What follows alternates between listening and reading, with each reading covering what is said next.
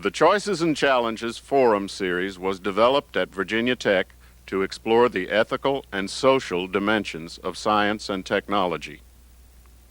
The following presentation, taken from one of the forums in the Choices and Challenges series, is made possible by a grant from the Center for Excellence in Undergraduate Teaching.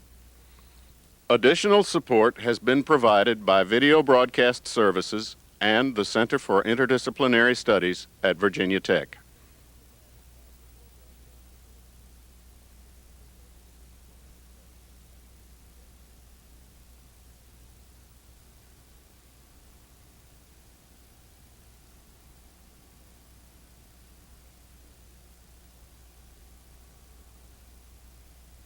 I'm not going to talk about intelligence, really. I'm going to use the word in quotation marks for a few minutes, and then I'm going to get beyond that particular open-ended concept, which has too many meanings to too many people.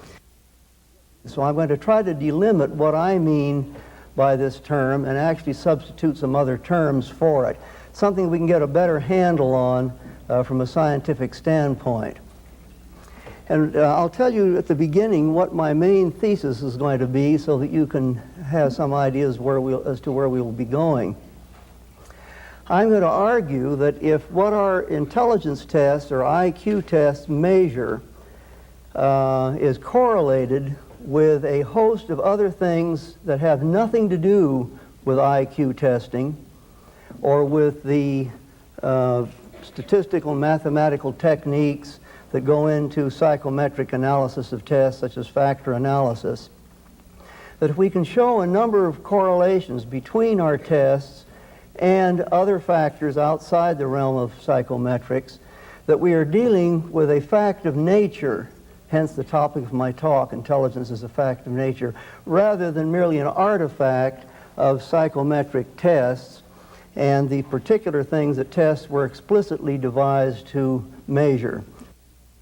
Well, one way to get at this hypothetical intelligence A is by averaging scores on a large variety of different mental tests, as large a variety as you can possibly make up. The larger the number and variety of the mental tests, the better estimate you will get of this intelligence A. And the most sophisticated way for averaging a large number of test scores such as this was invented by Charles Spearman way back in 1904, and it's called factor analysis. And factor analysis really gives us a weighted average of a large number of mental measurements, whatever measurements are put into the hopper. And this weighted average, the weights consist of the degree to which any one test measures what all of the tests are measuring in common. And Spearman called this common factor G for general ability.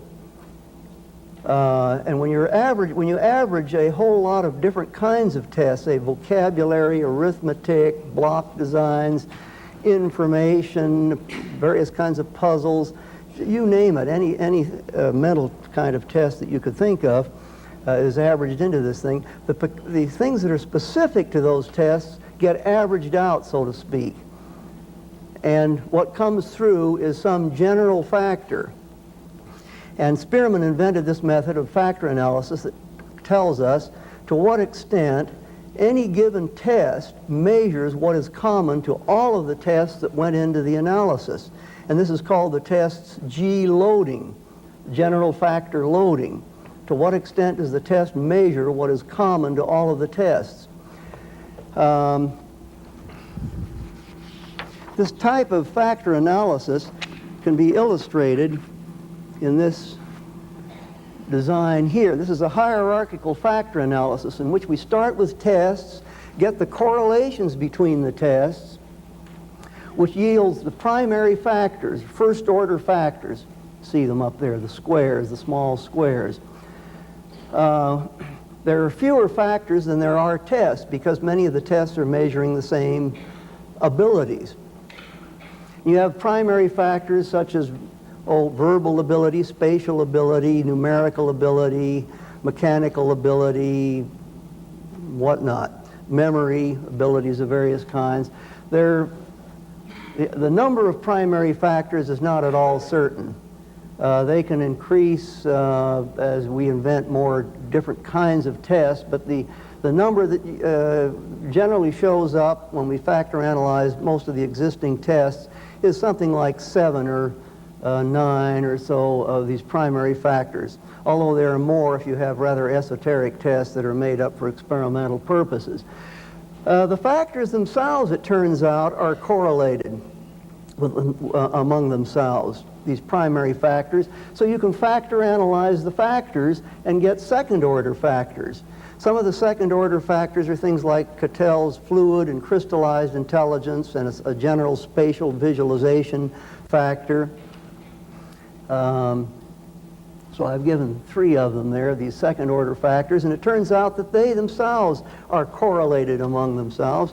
And by factor analyzing the second-order factors, you come out with a general factor at the top, and this is Spearman's G, this general factor. Now, there's some interesting things about these factors. When you go from the test to the primary factors, you're leaving out certain things, which is called specificity. It's whatever is peculiar to the individual tests and cannot correlate with other tests. So it's left out, and you get to a higher level of abstraction at the primary factors. The primary factors, however, can still be described in terms of the characteristics of the tests that went into those primary factors. Verbal tests form a verbal factor, and numerical tests form a numerical factor, and spatial tests form a spatial factor, and so on. The factors can still be described in terms of the characteristics of the tests. When you get up to the second-order factors, you're at a still higher level of abstraction, and it's more difficult to describe the factors in terms of the characteristics of tests, because things in the primary factors are left out again. And you're at a higher level of generality. By the time you get to the general factor, the G factor, you can't describe it at all in terms of test characteristics. And there will be different tests down here at this lowest level that are equally highly loaded on the G factor, but which are extremely different. The 2 most highly G-loaded tests in the Wechsler battery, you probably all are familiar with the Wechsler battery, are vocabulary and block designs. 2 tests that look very different. One's verbal, one's nonverbal, one's a performance test. They're extremely different kinds of tests that seem to have nothing in common with each other, and yet they're the 2 most highly G-loaded tests. They're correlated very highly with whatever this factor is that's common to all tests. Now, one could go on talking for hours about G, at least I could. It's a big topic in itself, and I've written a good deal about it, many other people have. Spearman wrote a whole book about it, really. So I'll have to go beyond that now and tell you about some of the correlates of this G factor. First of all, we know that the G factor is highly correlated with scholastic performance. In fact, the active ingredient in predictive validity of our intelligence tests is this G factor. We know that if you partial out the G factor, get rid of it statistically, which is the only way you can get it out of any mental test. All mental tests have some of that G in them, and it can be partialed out statistically. And when it is partialed out, the tests lose nearly all of their predictive validity. There's very little validity left for predicting scholastic performance, job performance. Nearly all of the criteria for which tests have practical usefulness depends upon the G factor. And people who are interested in something, reading something along these lines further, are referred to the coming December issue of the Journal of Vocational Behavior, which is devoted entirely to the role of G in vocational prediction and guidance. And it's the key factor in the practical usefulness of all kinds of mental tests. These tests, particularly the G factor of the tests, not the other factors that can be extracted from the tests, are correlated with a number of physical variables, physiological, biochemical variables. that they were not intended to be correlated with. No one had these things in mind when the tests were made, and these correlations often come as a surprise to people. And the fact that these correlations exist means that the tests are not measuring just some artifact of our own doings, but that the tests are measuring some fact of nature, which I think this G factor is. What are some of these physical correlates? Well, one of the most well-researched is stature. Physical height and weight are positively correlated with G for reasons that we don't know, but the correlations are there. They're very real correlations. Another correlate is with serum urate level in the blood. There have been about 35 studies now showing that the amount of uric acid in the blood is correlated with IQ and with the G factor. Cranial size and brain size are correlated with G. Low correlations, but the correlations are real. Another correlation that is less well known is with myopia or nearsightedness. And we found that this is a correlation that exists even within families, which makes it a more important kind of correlation. It's a pleiotropic correlation. That is, brighter children in a family tend to have a greater tendency to be myopic than the less bright children in the same family. We just did a study of gifted children who have greater myopia than their non-gifted siblings. Gifted children being children with IQs over 135 on standard tests. Another one of these correlates is a tendency to have allergies. Gifted children have more allergies than non-gifted children. Let's see, are there any other of these physical correlates? Well, I can't think of any. There are others, but blood types are correlated with intelligence. It's possible to predict IQ with a multiple correlation of something over 0.5, fairly high prediction, just by knowing half a dozen blood types of the individual. Take a blood sample, you can predict IQ from the blood sample to some extent. These correlations are not at all well understood, but they show some biochemical associations between intelligence and body chemistry and other physical and physiological and anatomical characteristics. Now, the interesting thing is that most of these correlations are dependent on this G factor and not on other aspects that are revealed by factor analysis. Genetic dominance is a product of natural selection. It can be a product of artificial selection too, but in the case of human intelligence it must be natural selection because we haven't engaged in artificial selection for intelligence. The genetic dominance increases with selection, and so we know that there's something being measured by our intelligence test that's undergone selection in the course of human evolution. So that this G factor is really a fitness character in the Darwinian sense. There's a lot more that could be said about that. It's an interesting subject, but their time is limited. Now, we've been doing a lot of research with reaction time measures, and the importance of these measures is that the tasks are without any intellectual content to speak of. They're such simple tasks as removing your finger from a push button when a light goes on, or when one of two or more lights goes on and you're uncertain as to which one's going to go on. These very simple measurements are correlated with IQ, and they are especially correlated with the G factor. In fact, the interesting thing is that they correlate only with G, and if you take the partial of G out of the IQ tests, there's no correlation left with the reaction time measures. And the degree to which reaction time measures are correlated with various mental tests, say the Wechsler battery, 12 different kinds of tests, is about 0.8 on the average.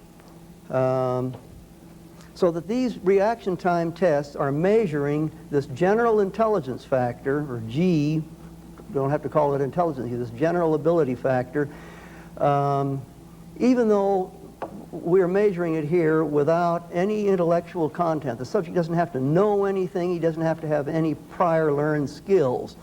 Everyone can do the task, and the tasks are so simple that they all can be done within 1 to 1.5 seconds. That's how trivial the tasks are.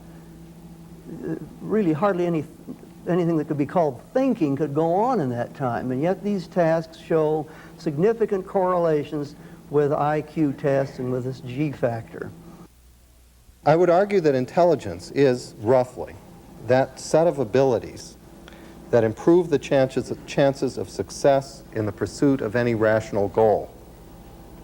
Each such ability in this set should be subject to definition in any domain in which rational people strive for success.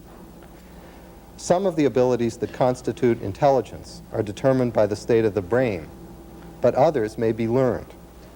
It's the learned ones that we have to focus on when we speak of intelligence as a standard for education. We may thus speak of a standards design in which the purpose is to tell us what to teach. This, in turn, ought to help us find ways to teach it and measure the success of such teaching. The structure here, then, is a theory of teachable intelligence. In an effort to provide such a theory, I've argued that these standards should concern the conduct of thinking. By thinking, I mean a conscious response to doubt.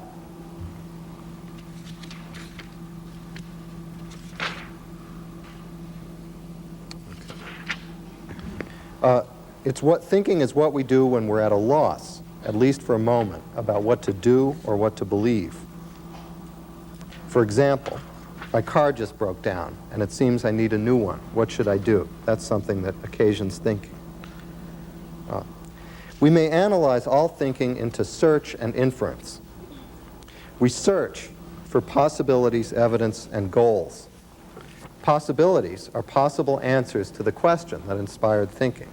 A new Toyota, an American car, or using the train in my wife's car. I may think of possibilities myself, or people may suggest them to me. Evidence is anything I use to decide among the possibilities. Statistics from consumer reports, information about nearby dealers, prices, and the time remaining until the next train strike. Goals are the criteria that I use to weigh the evidence. How much do I care about money versus convenience? Do I care at all about the welfare of Detroit auto workers as opposed to Tokyo auto workers? Goals are not all given. I have to search for them and sometimes discover them, just in the way that I have to search for evidence. The use of evidence in the light of the goals is to strengthen or weaken the possibilities, is what I call inference. You put it all together and each possibility gets stronger or weaker.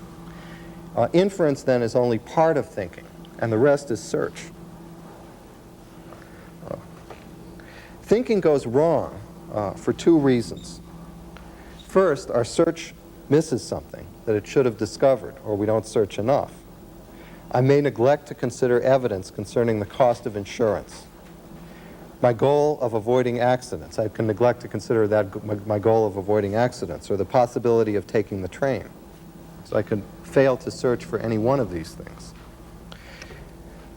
We make inference, the second problem, the second way that thinking goes wrong is that we make inferences in ways that are unfair to some of the possibilities.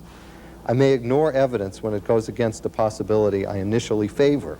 If I have it in my head to buy a new Toyota, I may suppress reasons for doing otherwise.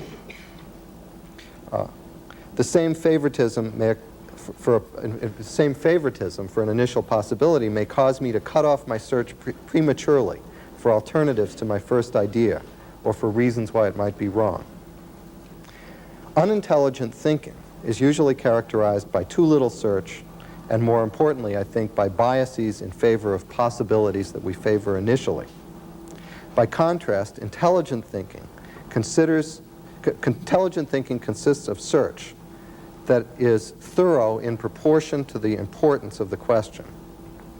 And it also is fair to other possibilities aside from the one we favor to start out. I think these two principles, optimal search and fairness, are also the ones we apply when we criticize each other in academic or school settings. They're the standards we actually use, pretty much. When I read a student's paper or a colleague's, or sometimes even my own, the things I look for are omissions of relevant evidence, omissions of statements about goals or purposes, and omissions of alternative possibilities, other answers to the question at hand. I also look for partiality to the thesis of the paper, partiality that may itself cause the omissions. When students take these kinds of criticisms to heart and try to become more thorough, more impartial, more self-critical, I think they're becoming more intelligent thinkers. They're acquiring abilities in the form of habits and values that will increase their effectiveness just as surely as would an improvement in their memory or their mental speed. People who follow these standards would be those who seek the truth, not those who feel their first intellectual obligation is to defend a certain belief, to make it true despite the evidence. They would be those who try to make the best decisions for themselves and others, not those who want to say, "I told you so." They will be people who want to be right, not those who want to have been right. I don't see why we would want to withhold the term intelligent from such people, even if they have trouble solving certain kinds of puzzles or if their vocabulary is small. What they have may be more valuable for all the things we want intelligence for than what the stubborn bigot has, even when he or she scores 160 on the IQ test. The first point I want to make is that we cannot remove intelligence testing from the public arena. Intelligence testing has been used as a crucial instrument of public policy. The results of IQ tests were a crucial pillar of support for the specific shaping of policies restricting immigration in the United States. We've heard mention of that earlier today already. For developing a rigid system of tracking in the schools in England, and so on.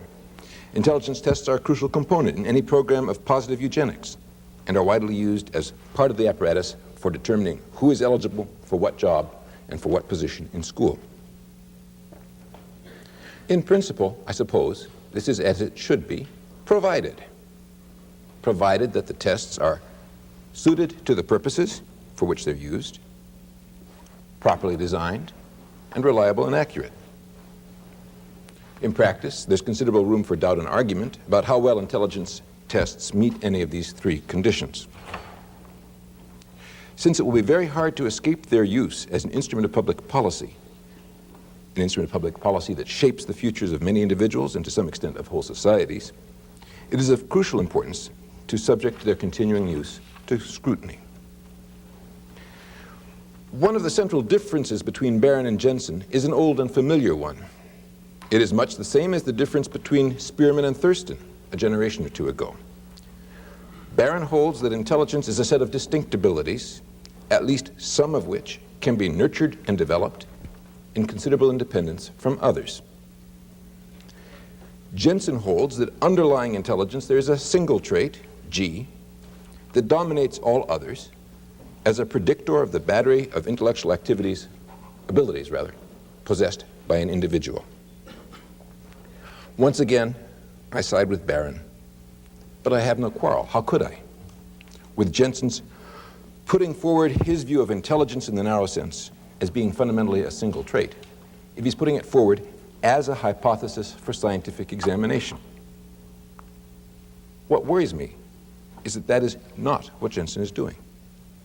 He's putting his hypothesis forward in the guise of having discovered a fact of nature, a fact on which we should base social policy, a fact with immense economic, eugenic, personal, and social consequences.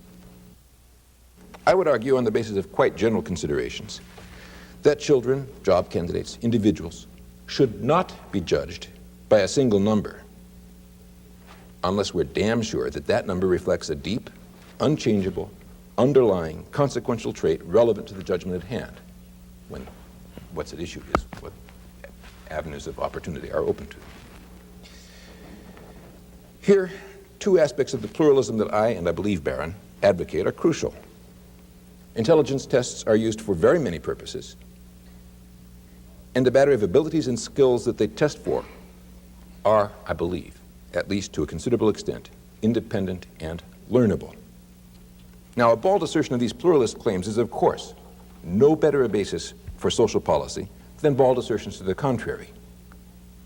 But as long as a plausible case can be made on each side, I maintain that it's unwise, indeed foolish, to base social policy on a system that classifies children by a single number. So as long as there's plausibility arguments that are reasonably compelling on each side, we should be very cautious in adopting policies on the basis of Professor Jensen's views. The second sort of consideration that militates against acceptance of Jensen's claim that G is a fact of nature is the character and quality of the methodology by means of which the supposed existence of G is established. The methodology involved is fundamentally that of factor analysis and its sophisticated descendants applied to a whole variety of things, standardized tests of various sorts, including IQ tests, various perceptual tests, response tests, various measures of achievement, and indicators of socioeconomic status. The best single layman's account of factor analysis I know, though it's strongly biased against the sort of view that Jensen presents, is found in Steve Gould's book, Mismeasure of Man. Factor analysis techniques can reveal correlations. They do. And Jensen points up some very interesting correlations that it's extremely important for us to analyze and understand. I do not have the substantive knowledge or expertise to evaluate the quality of the correlational evidence that he puts forward, though I'm somewhat bothered by some indications that he's selected data from the published literature in ways that might bias his conclusions. But let's not worry about that. He's the expert. I'm certainly not. What I want to argue is that in the present state of our knowledge, the evidence is wholly correlational in character. The available evidence simply is not competent to settle the question that most interests us and that motivates Jensen and that ought to be the one that we're deeply concerned with. It can't resolve what underlying factors cause the correlations in question. The correlations are real, but if we don't know what causes them, what the mechanisms that are involved are, we don't know what various interventions or changes or alterations will do. So the factor analysis techniques cannot tell us whether some common mechanism underlies the abilities that are of interest to us or not. And that's the fundamental rub.